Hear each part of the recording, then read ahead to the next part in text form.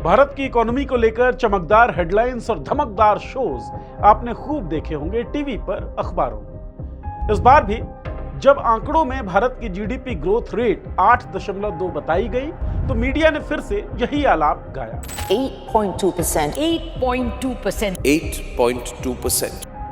आज आप कह सकते हैं ये है growth delivery performance. Main stream media ने इस खबर को लेकर राहुल गांधी और कई इकोनॉमिस्ट जो सरकार की पॉलिसीज की आलोचना करते हैं, कई बार उन्हें घेरते हुए कई शोज किए कि इन्होंने भारत की इकोनॉमी को डेड इकोनॉमी बता दिया था। लेकिन इस सब खेल में मीडिया ने भारत की जीडीपी पर उसी समय आई एक महत्वपूर्ण रिपोर्ट को पूरी तरीके से इग्नोर कर दिया। वो रिपोर्ट थी आईएमएफ की। आईएमएफ ने अपनी रिपोर्ट में भारत की जीडीपी बताने वाले आर्थिक आंकड़ों पर सवाल उठाए और उन्हें ग्रेड सी कैटेगरी में रखा, जिसका मतलब था कि देश के आंकड़े उपलब्ध तो हैं, लेकिन वो सटीक और भरोसेमंद नहीं है। आईएमएफ का ग्रेड सी किसी भी इकोनॉमी के लिए लाल झंडी होता है, रेड फ्लैग। इससे नीचे यानी ग्रेड डी में वो देश आते हैं जहां डेटा आंकड़े बहुत कम हैं या इतने अविश्वसनीय है कि आईएमएफ हाथ खड़े कर देता है कि नहीं साहब, हमारा कोई लेना देना नहीं। यानी भारत अब उन देशों से बस एक सीढ़ी ऊपर है जिनके डेटा पर कोई भरोसा नहीं करता। इससे देश के पूरे आर्थिक सिस्टम पर ही सवाल उठता है, क्या भारत सचमुच तेजी से बढ़ रहा है या बस आंकड़ों में तेजी दिखाई जा रही है? सवाल यह भी कि क्या आखिर इस ग्रेड सी की नौबत आई कैसे? कौन सी रिपोर्ट्स दबाई गई, कौन सी सच्चाई छुपाई गई और किन तरीकों से आंकड़ों को चमकदार बनाकर देश की आर्थिक तस्वीर को फोटोशॉप किया गया? और सबसे बड़ा सवाल तो ये कि क्या 8.2 जीडीपी ग्रोथ रेट वाला आंकड़ा भी मेकअप किया हुआ है? इन सब सवालों का जवाब न्यूज़ दैट मैटर्स के इस वीडियो में।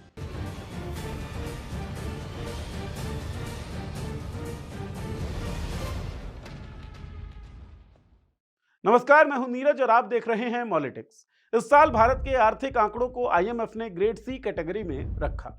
गौर करने वाली बात यह है कि यह पहली बार हुआ नहीं है। 2025 लगातार दूसरा साल है जब भारत को ग्रेड सी दिया गया है। 2024 में भी भारत के आंकड़े इसी कैटेगरी में थे। उससे पहले यानी साल 2023 में आईएमएफ ने भारत को किसी भी कैटेगरी में नहीं रखा था। कारण आईएमएफ भारत सरकार से आंकड़ों पर सफाई मांग रहा था। उम्मीद थी कि भारत अपने डेटा सिस्टम की खामियों को ठीक करेगा, लेकिन जब ऐसा नहीं हुआ तो 2024 से भारत के आंकड़ों को ग्रेड सी कैटेगरी में रख दिया गया है और ये लगातार 2 साल से जारी है। लेकिन भारत के आंकड़ों को ग्रेड सी तक पहुंचाने में सरकार के सिर्फ 2 साल की डेटा टेम्परिंग नहीं है, बल्कि इसकी जड़ें कहीं ज्यादा गहरी हैं। पिछले 1 दशक में सरकार ने अनचाहे आंकड़ों को दबाया और सुविधाजनक सर्वे को रोक दिया और मनचाही तस्वीर पेश कर दी और पूरे डेटा सिस्टम को अविश्वसनीय बना दिया। शुरुआत होती है 17-18 के उपभोग सर्वे से। इस सर्वे में बताया गया कि देश में लोगों का उपभोग यानी खाने पीने, घर, कपड़े, रोजमर्रा का खर्चा गिर रहा है। उपभोग घटने का मतलब है लोगों की जेब तंग पड़ रही है और देश की अर्थव्यवस्था के भीतर कमजोरी पैदा हो रही है। लेकिन इस रिपोर्ट को जारी करने के बजाय सरकार ने इसे दबा दिया और बाद में यह रिपोर्ट लीक हो जाती है और आंकड़े आम जन तक पहुंच जाते हैं। इस रिपोर्ट को दबाए जाने से नाराज होकर नेशनल स्टैटिस्टिकल कमीशन के 2 सदस्यों ने इस्तीफा तक दे दिया था।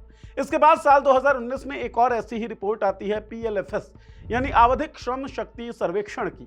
इस रिपोर्ट में लिखा था कि देश में बेरोजगारी 45 साल के उच्चतम स्तर पर पहुंच चुकी, लेकिन क्या हुआ? इस रिपोर्ट को भी सरकार ने महीनों तक रोके रखा जब तक 2019 के लोकसभा चुनाव निपट नहीं गए। चुनाव के बाद इसे जारी किया गया, लेकिन तब तक कहानी बदल चुकी थी और इसकी चर्चा को मीडिया ने बड़ी सफाई से किनारे कर दिया। इसके बाद जीडीपी ग्रोथ रेट निकालने वाले डेटा में भी गड़बड़ी पाई गई। एमसीए 21 डेटाबेस मोदी सरकार ने जीडीपी की गणना के लिए कंपनियों का यह विशाल डेटाबेस इस्तेमाल किया। लेकिन 2019 में जब नेशनल सैंपल सर्वे ऑफिस ने इस डेटाबेस की जांच की तो पता चला कि 38% कंपनियां तो अस्तित्व में ही नहीं थी। कुछ बंद हो चुकी थी, कुछ सिर्फ कागजों में मौजूद थी। लेकिन जीडीपी निकालते समय इन्हें मान लिया गया कि ये सब एक्टिव कंपनीज हैं जो उत्पादन कर रही हैं।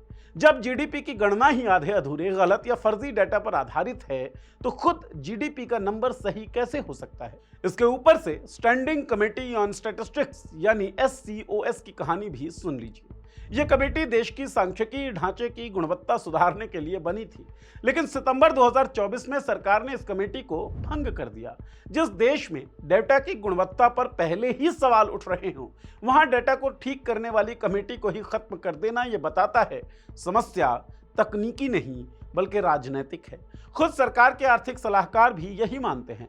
नरेंद्र मोदी सरकार के पहले कार्यकाल में मुख्य आर्थिक सलाहकार अरविंद सुब्रमण्यम का मानना है कि भारत की जीडीपी ग्रोथ रेट वास्तविकता से कम 2.5% ज्यादा दिखाई जा रही है।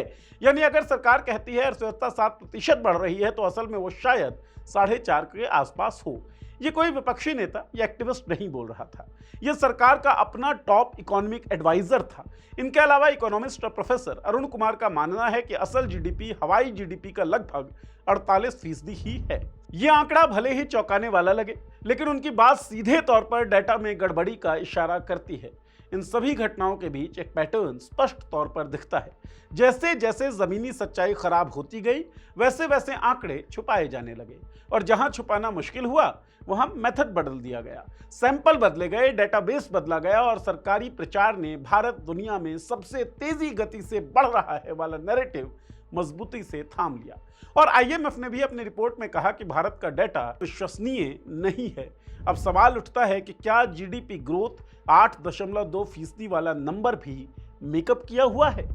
भारत की जीडीपी 8.2% की रफ्तार से बढ़ रही है। सुनने में बड़ी उपलब्धि लगती है, लेकिन असल हालात कागज पर लिखे नंबर्स से अलग है। सबसे बड़ी टूटन तो नॉमिनल जीडीपी में नजर आती है, यानी वह जीडीपी जिसमें महंगाई भी शामिल हो जाती है। अगर देश में विकास हो रहा है, व्यापार बढ़ रहा है, खपत तेज हो रही है, तो नॉमिनल जीडीपी हमेशा रियल जीडीपी से काफी ऊपर होती है। लेकिन यहां हो उल्टा रहा है। सरकार कह रही है कि रियल जीडीपी ग्रोथ 8.2% है, लेकिन नॉमिनल जीडीपी सिर्फ 8.7%। इसका मतलब हुआ कि महंगाई सिर्फ 0.5% है। क्या ये वास्तविक लगता है? एक ऐसे देश में जहां खाने से लेकर दवाई तक सब कुछ महंगा हुआ, जहां लोगों की जेब हर महीने हल्की होती जा रही है, वहां महंगाई आधे प्रतिशत। इकोनॉमिक्स के लॉ कहते हैं कि जब नॉमिनल और रियल जीडीपी में इतना मामूली फर्क हो, जीडीपी के लगातार बढ़ने का दावा किया जा रहा हो और असल में महंगाई कमर तोड़ रही हो, तो इसका मतलब है कहीं ना कहीं गिनती में गड़बड़ है। जीडीपी की 8.2% ग्रोथ को कई और सेक्टर्स नकारते हैं। अगर सही मायनों में देश की जीडीपी इस रफ्तार से बढ़ रही है, तो फिर कंपनीज की बिक्री क्यों नहीं बढ़ रही? 3400 से ज्यादा कंपनियों की कुल बिक्री पिछले 11 तिमाहियों से नॉमिनल जीडीपी से पीछे चल रही है। यानी कंपनियों के बिजनेस में उतनी तेजी आ नहीं रही जितनी जीडीपी के नंबर जताते हैं। अब बात करें कंजम्पशन की, तो यहां भी हाल बुरा है। सबसे पहले रिटेल लोन्स को देखिए। साल 2024 से पहले रिटेल लोन 25% से ज्यादा की रफ्तार से बढ़ रहा था। मतलब लोग घर, गाड़ी, सामान खरीदने के लिए लोन ले पा रहे थे। अब यह ग्रोथ 11.8% पर आ गया है। सीधी भाषा में लोग उधार लेकर भी खरीदारी नहीं कर पा रहे हैं। एफएमसीजी यानी रोजमर्रा की चीजें बेचने वाली कंपनियां, साबुन, तेल, टूथपेस्ट जैसी चीजें, उनकी वॉल्यूम ग्रोथ भी ठप है। अगर देश की जीडीपी 8% से ऊपर बढ़ रही होती तो सबसे पहले एफएमसीजी की बिक्री तेज होती। लेकिन यहां कहानी उल्टी है। दो पहिया वाहन और छोटी कारें, जो आम आदमी की आर्थिक स्थिति का सबसे सटीक पैमाना माने जाते हैं, ये सेक्टर अभी तक 2018-19 के स्तर तक नहीं पहुंचा है। यानी कोविड-19 महामारी के 5 साल बाद भी लोग बाइक्स और छोटी कार खरीदने में सक्षम नहीं हुए। क्या 8% वाली अर्थव्यवस्था में यही स्थिति होती है? हाउसिंग की बात करें तो लग्जरी प्रोजेक्ट्स बिक रहे हैं, लेकिन किफायती मकानों की मांग लगभग गायब हो चुकी है। इसका साफ मतलब है मध्यम वर्ग और निम्न मध्यम वर्ग की हालत कमजोर है और आर्थिक असमानता बढ़ रही है। 35 करोड़ भारतीय अभी भी बुनियादी सुविधाओं, पीने का पानी, शौचालय, स्वच्छ ईंधन, ठोस घर से वंचित हैं। 8% जीडीपी ग्रोथ वाले देश में तो धीरे धीरे गरीबों की संख्या कम होती है, लेकिन यहां तो कम नहीं हो रही। कम करने के लिए डेटा से छेड़छाड़ किया जा रहा है। रिपोर्ट्स के अनुसार 2022-23 के घरेलू सर्वे में विधि और प्रश्नावली दोनों बदल दिए गए थे। यानी गरीब कम नहीं हुए, बल्कि गरीबी की रेखा को नीचे खींच दिया गया।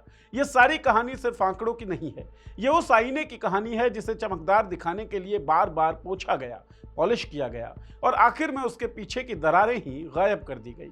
सरकार कहती रही कि तस्वीर उजली है, मीडिया कहता रहा फ्रेम सुनहरा है, लेकिन आईएमएफ ने आकर बता दिया कि तस्वीर के असली रंग कुछ और हैं। सवाल ये नहीं कि जीडीपी 8.2% है या नहीं है, असली सवाल यह है कि हमें सच को इतना छुपाना क्यों पड़ रहा है।